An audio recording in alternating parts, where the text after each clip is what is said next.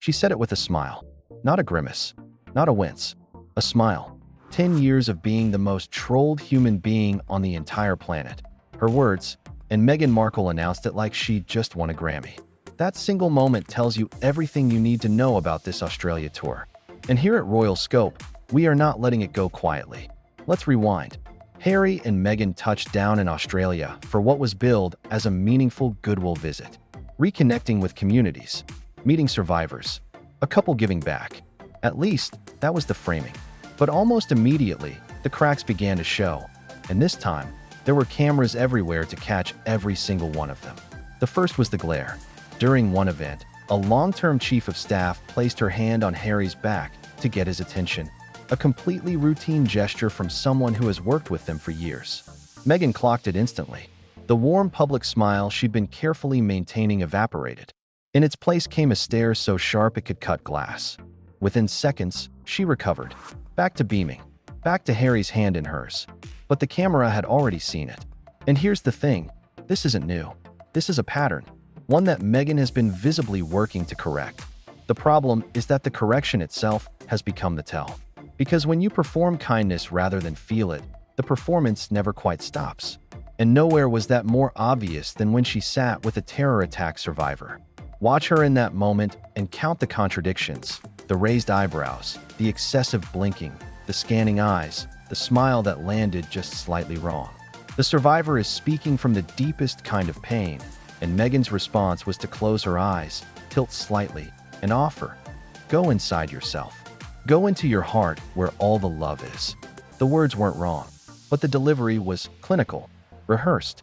And when the man next to the survivor gently suggested she describe the scene, Meghan's expression in response, the raised brows, the deadpan, said everything her words did not. There are things a person simply cannot fake. Genuine emotional resonance is one of them. But here's what makes the Australia tour genuinely extraordinary. And stay with us on this, because the hypocrisy runs so deep it actually becomes darkly fascinating. The outfits Meghan wore to meet those survivors, the sick children, the bereaved families, were simultaneously being listed on an AI-powered fashion affiliate platform. Shop the look, as in, the look she wore to comfort a grieving father. Harry, meanwhile, spent part of the trip publicly condemning AI fraud, calling out companies that pretend to help while actually profiting. In the same breath, Meghan described herself as practically tech illiterate, a woman of handwritten notes and stamps, bewildered by ChatGPT, while actively collecting affiliate revenue from an AI-driven app. If you think you've spotted the contradiction, you have. If this kind of analysis is why you're here, drop a comment below. Do you think Meghan is genuinely unaware of these contradictions, or is this all entirely calculated? And if Royal Scope is your destination for this kind of deep dive, now is a great time to subscribe and hit the bell so you never miss a breakdown. Now, back to the smile. When Meghan declared herself the most trolled person in the entire world over the last decade, she wasn't whispering it.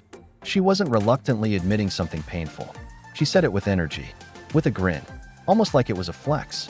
And that detail matters enormously, because narcissistic behavior doesn't always look like arrogance.